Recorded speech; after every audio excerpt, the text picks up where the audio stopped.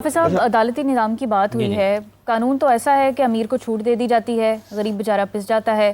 اسلام میں تو چوری کی سزا ہاتھ کاٹنا ہے، تو کرپشن کرنے والے کا پھر کیا کرنا چاہیے؟ اچھا ایک میرا سوال بھی لے لیجیے۔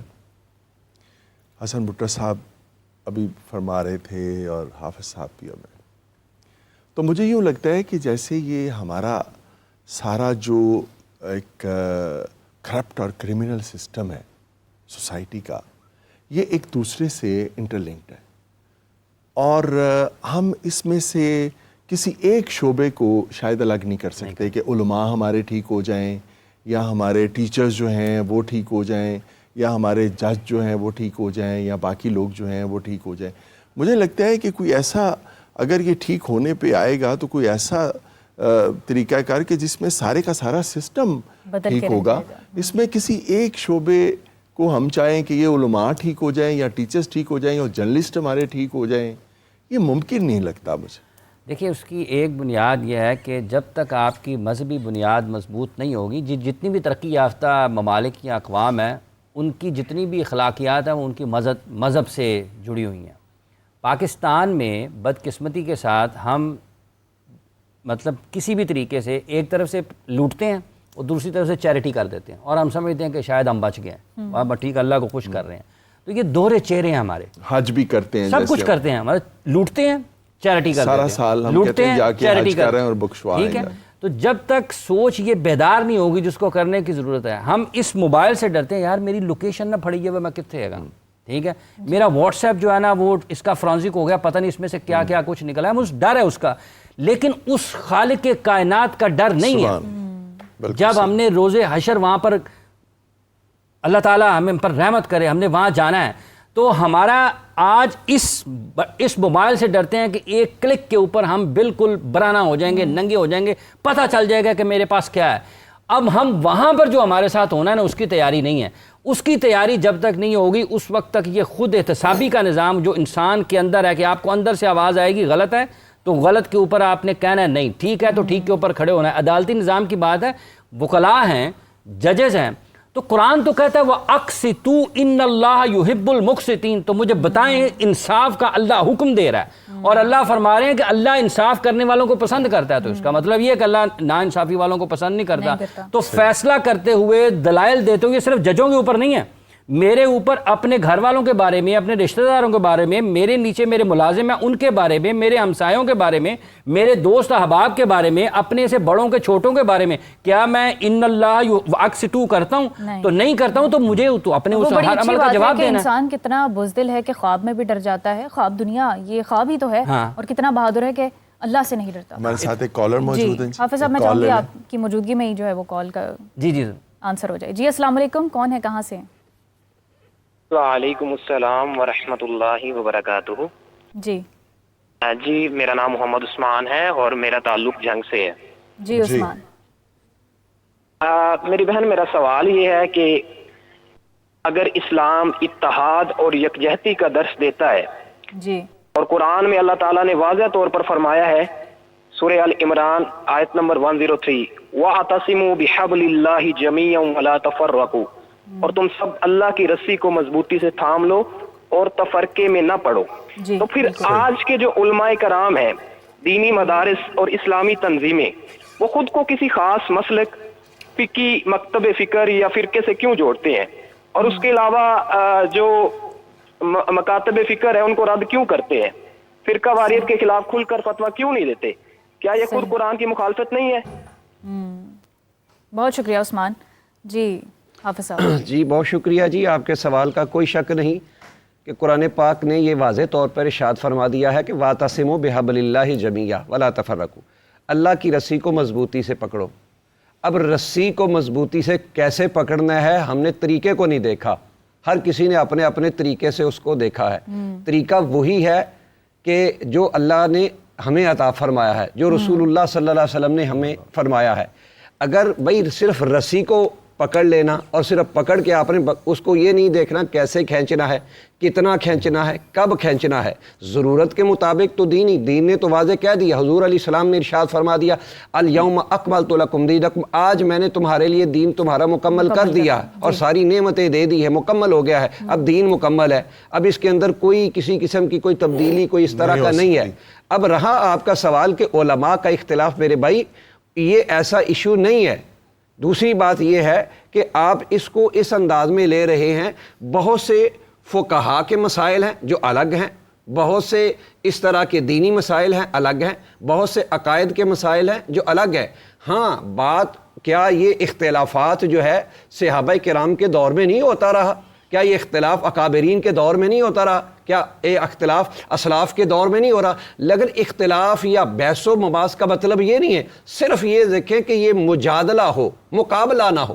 آج ہم اتر آتے ہیں مقابلے کے لیے، جبکہ مجادلے کی شکل میں آپ آئیں گے تو اس میں ثواب بھی ہے، اس میں خیر بھی ہے، لیکن جب ہم مقابلے کی بجائے مجادلے کی بجائے ہم جب مقابلے کی طرف آتے ہیں تو ہم آج ہر بندہ کہتا ہے میری جو پگڑی ہے، میری پگڑی کے علاوہ کوئی اور ہے ہی نہیں، میرا جو جبہ ہے اس جبے کے علاوہ کوئی ہے نہیں، وہ دوسرے کلر کو پسند ہی نہیں کرتا۔ اللہ تعالیٰ نے فرمایا صبغۃ اللہ ومن احسن من اللہ، یہ سارے اللہ کے رنگ ہے۔ اب جس بھی اللہ کے رنگ کو دیکھو گے وہ ٹھیک ہے۔ تو پھر ہم تفرقے میں تو پڑے ہوئے ہیں نا مفتی صاحب، آپ کیا کہیں گے؟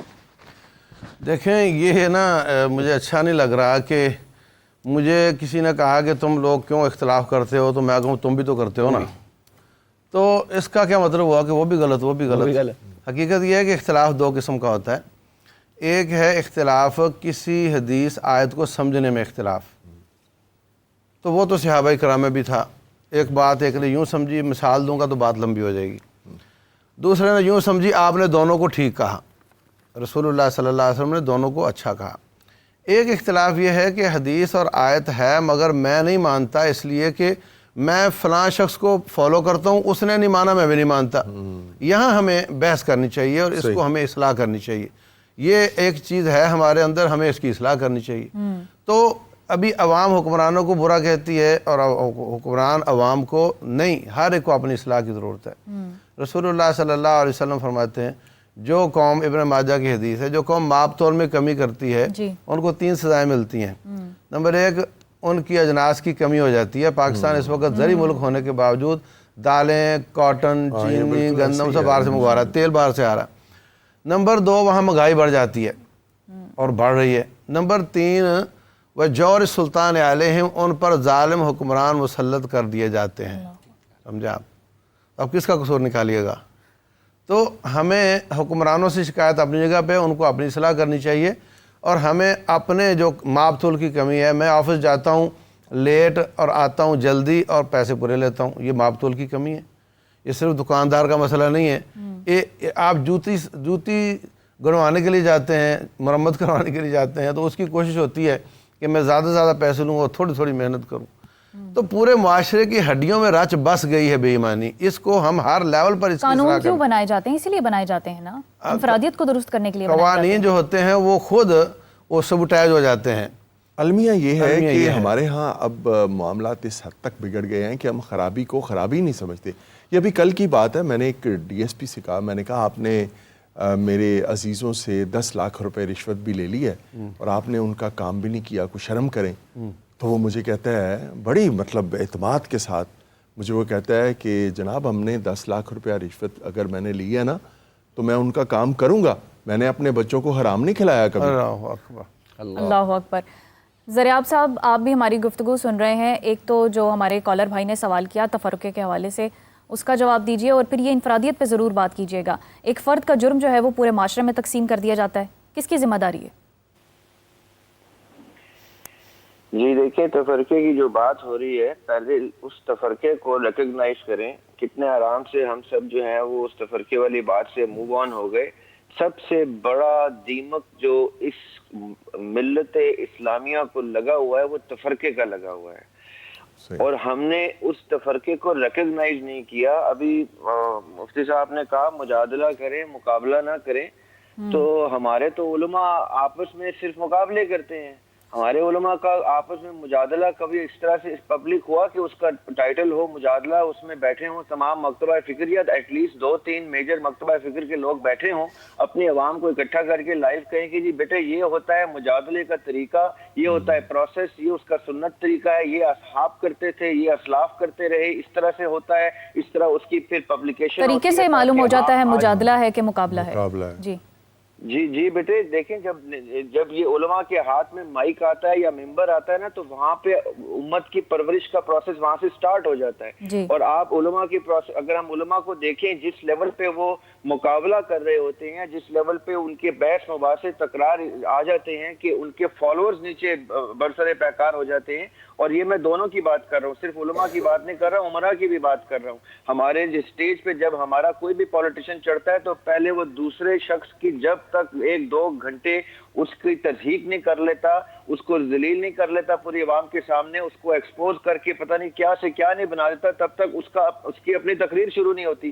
اور اس کے اپنی تقریر میں کوئی مینیفیسٹو، کوئی ایجنڈا نہیں ہوتا، ایجنڈا ہی دوسرے کو ملائن کرنا ہوتا ہے. یہی ہمارے علماء بھی کرتے ہیں، یہی ہمارے سیاسی لیڈر بھی کرتے ہیں. اور مزے کی بات کہ جب ان دونوں کا پھر آپس میں موازنہ ہوتا ہے، اگر کوئی اسلامک یا ریلیجس لیڈر جب ان کے اوپر تنقید کی نگاہ سے کوئی گفتگو کرتا ہے جو سیاسی لیڈران ہیں، تو وہ سارے سیاسی لیڈران جو ہیں اس شخص کو جو ان سے ہر لحاظ میں بہتر تعلیم دے رہا ہے، اس شخص کو ملائن کرنا شروع کر دیتے ہیں اور ایک پوری یلغار آ جاتی ہے اس کے خلاف. دیکھیں، ہمیں یہ ماننا پڑے گا کہ ہم جو تربیتیں پیش کر رہے ہیں، جو سلوک روا رکھا ہے ہم نے سٹیجز کے اوپر، مائکرو فونز کے اوپر، سوشل میڈیا کے اوپر، مین اسٹریم میڈیا کے اوپر، وہ کہیں سے بھی کسی بھی طرح سے مناسب پرورش کا طریقہ نہیں ہے.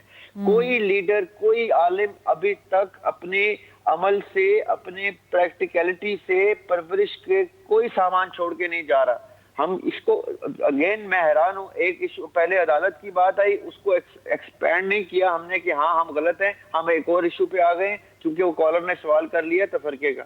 تو اب کالرز کو بھی آپ جو آپ کو سن رہے ہیں ان کو کہیں کہ اب آپ نے کوئی ٹاپک سے ہٹ کے سوال نہیں کرنا جب تک ایک ٹاپک کو ایکسپوز کر کے ہم ریالٹی سامنے نہیں رکھتے. ہمارے ساتھ سیاسی لیڈران بھی آ رہے ہیں آہستہ آہستہ پروگرام میں، ہم ان سے کوئی نہ کوئی چیز عمل میں کروانے کا تہیہ نہیں کرواتے. ان سے یہ چیزیں، ان کے ایک وہ ریپرزینٹیٹیو ہیں قوم کے مینڈیٹ کا، وہ جب تک آپ کے سامنے ہم نے اس لیے بلائے ہیں پروگرام میں، باری باری آگے بھی بلائیں گے تاکہ وہ آپ کے سامنے ایڈمٹ کریں کہ کہاں کہاں اس پورے فریم ورک میں غلطی ہے، کہاں ان کے لیڈر سے ہوئی، کہاں دوسرے لیڈر سے ہوئی. جی بالکل زریاب صاحب، ہم اس کی کوشش پوری کر رہے ہیں. بٹر صاحب آپ بتائیں گے، پھر آپ ایڈمٹ کریں گے، آج ہم آپ سے کوئی نہ کوئی تہیہ کروا کے بھیجیں گے آپ کو. جس دن میں نے حلف اٹھایا تھا اس دن تہیہ کر چکا تھا. دیکھیں، میں پھر بات کروں گا کہ انڈیویجولزم کی بات ہو رہی ہے. فرادی طور پہ ہم بینگ معاشرہ، بینگ سوسائٹی فیل ہو چکے ہیں. اس میں ساری وجوہات بھی ہماری اپنی ہیں. سب سے بڑی بات ہے کہ ہم پڑھتے نہیں ہیں. میں گزارش کروں گا کہ میں ہمیشہ کہتا ہوں کہ اسلام ایک مکمل ضابطہ حیات ہے. It's the code of conduct. Quran کے اندر دنیا اور اخروی ہر مسئلے کا مفصل حل موجود ہے. بالکل صحیح. ابھی ہمارے پاس اور رستے بھی ہیں جو پرابلمز 1400 سال پہلے نہیں تھی، آج وہ بھی ہمیں ملتی ہیں. اس پہ ہم اجتہاد کر سکتے ہیں پر ہم نہیں کرتے.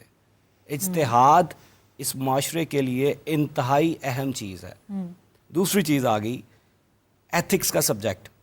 اسلام ہمارا کس طرح پھیلا؟ ڈنڈے کے زور پہ تو نہیں پھیلا، اخلاقیات کے اوپر.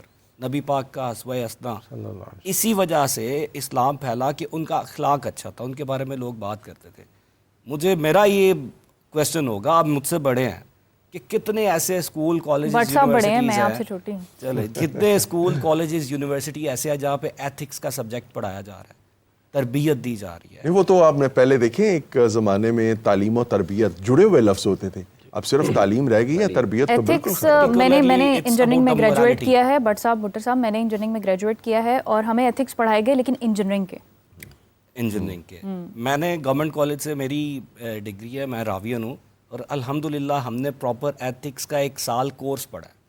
اور ہمیں پڑھ کے مطلب بڑی چیزوں کا ایسا جو اندازہ بالکل ہم نہیں کر سکتے وہ کر. میں آپ کو بتانے لگوں کہ میں نے کیا کیا ہے.